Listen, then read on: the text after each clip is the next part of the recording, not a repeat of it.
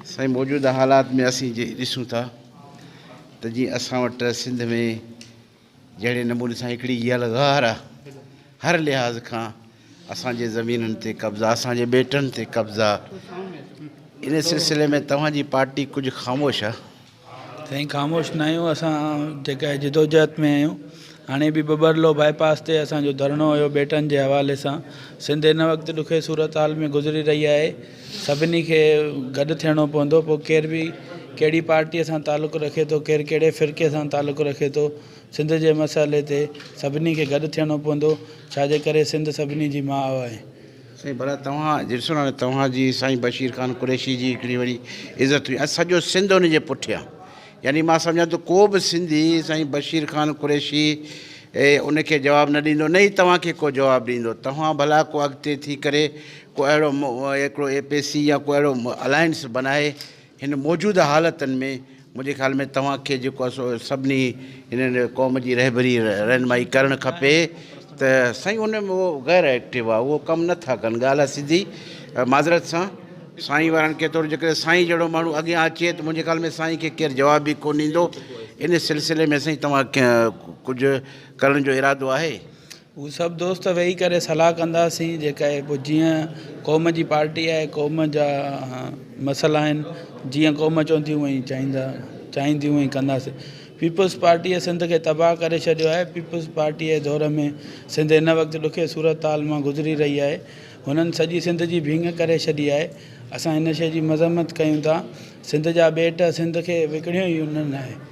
शहर सरी में आहियूं ऐं सॼो कोहिस्तान जेको असीं हालत ॾिसूं था त हिते जा जेके लोकल मसइला आहिनि, असां इहो माण्हुनि अक्सर शिकायत आहे त असांजा हिते जा जेके लोकल रहनुमा आहिनि या हुजे MP MN हुजे, असांजे मसइलनि तरफ़ तवजो नथा ॾियनि। सही न, इहा ॻाल्हि तव्हांजी बिल्कुलु सही आहे।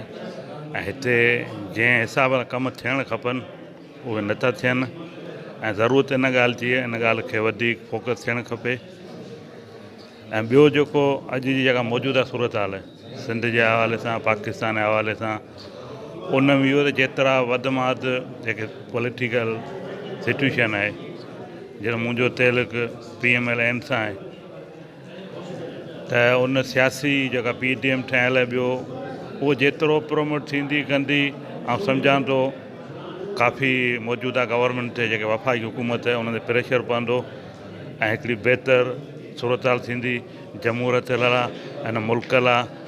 ऐं स्पेशली आउं त ईअं चवंदुसि, सिंध जे हवाले सां जेके मसइला आहिनि, ॿेटनि जा मसइला आहिनि, मौजूदा वफ़ाक़ जेको उन्हनि खे नेगोशिएट कयो वेठो आहे, उहो सिंध जो राइट ॿेटनि ते हमेशह जंहिं धरतीअ ते ॿेट हूंदा आहिनि उन ई क़ौम जो हक़ु हूंदो आहे, उहा ई उन जी वारस हूंदी आहे, ऐं उन ते सिंधी क़ौम जो ई हक़ु हुअणु खपे।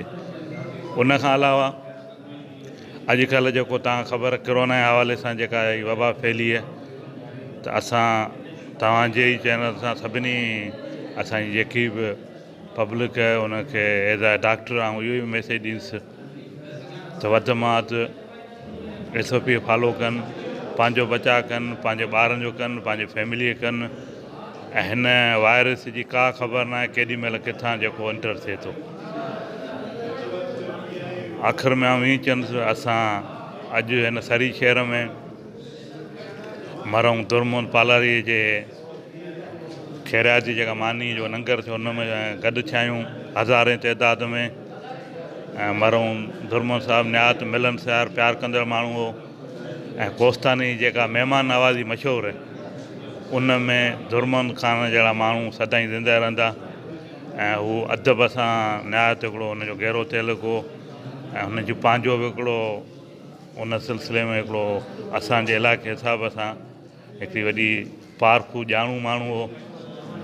ऐं सम्झां थो त कोस्तान जे धरतीअ ते अहिड़नि माण्हुनि जी सदाईं यादि रहंदी, ऐं असांजे तमामु आङिर ॻण जहिड़ा एतिरा माण्हू थोरा आहिनि जेके इन लेवल ऐं हिसाब सां कोस्तान जे धरतीअ ते जिन जनमु वरितो। उन्हनि में दुरमोहन पालारी साहिबु हिकु नालो आहे। ऐं असां सम्झूं था हुन जूं जेके मुहबतूं आहिनि ऐं हुनजो इख़लाक़ हो, ऐं जंहिं उकीरे सां हर माण्हू सां मिलंदो हो, उन उहो फ़र्क़ु न रखंदो हिते अमीर ऐं ग़रीब या कहिड़े मज़हब सां तालुक़ रखे थो उहो पंहिंजा बि करे मिलंदो ऐं नाले सां हर फ़र्द खे सुञाणंदो उन फैमिलीअ खे ऐं सम्झांदो त इहे उन जा वॾा वड़ हुआ जेके अॼु पाण सभु हिकु वॾे अंग में सरीअ में जेके जम थिया आहियूं से उन जी दुआ लाइ बि गॾु थिया आहियूं हीउ जेको लंगर अॼु हलियो उहो उन यादि में इहो उन जो ई कयल पंधनि जिन उन्हनि पंधनि ते वरी उहे सभु माण्हू धुर्म जे यादि में जिते गॾु थिया महिरबानी साईं ॿी ॻाल्हि आहे कोहिस्तान असांजो माण्हू मोहबती माण्हुनि सां भरियल आहे कोहिस्तान जी तव्हां ॻाल्हि कई महिमान नवाज़ी वाक़ई बेमठ आहे पर हाणे असां ॾिठो आहे त जीअं कराची जे अंदरि बैरिया टाउन थिया ॿिया जेका मेगा प्रोजेक्ट ठहिया उहो साॻियो सिलसिलो जमपीर खां शुरू थियो आहे तव्हांजो सरी खां वेंदो थाणू बुला खान मोल खां टपंदो ओ वञी मंछर ढंढ जे उलंदे किनारे ताईं इहो सिलसिलो हले थो छा तव्हां इन में कीअं था महसूसु कयो छा असांजा इहे माग मकान ख़तमु थी वेंदा असांजे इलाइक़नि में धारियाची आबाद थींदा इन लाइ छा थियणु खपे मुंहिंजो इन सिलसिले इहो त असांजे जेके मक़ामी माण्हू आहिनि उन्हनि जी पहिरीं अवेलियत हुअणु खपे डेवलप त थियणु खपे नेचुरली हिन दौर जी हिकिड़ी ज़रूरत आहे पर जेके मक़ामी माण्हू जेके हिन धरती असुल वारस आहिनि उन्हनि खे कॾहिं बि विसारणु न खपे ऐं असांजा जेके असुल माॻ आहिनि जेके तारीख़ी हक़ीक़त ऐं उन्हनि खे हथु चुरा न थियणु खपे ठीकु आहे साईं महिरबानी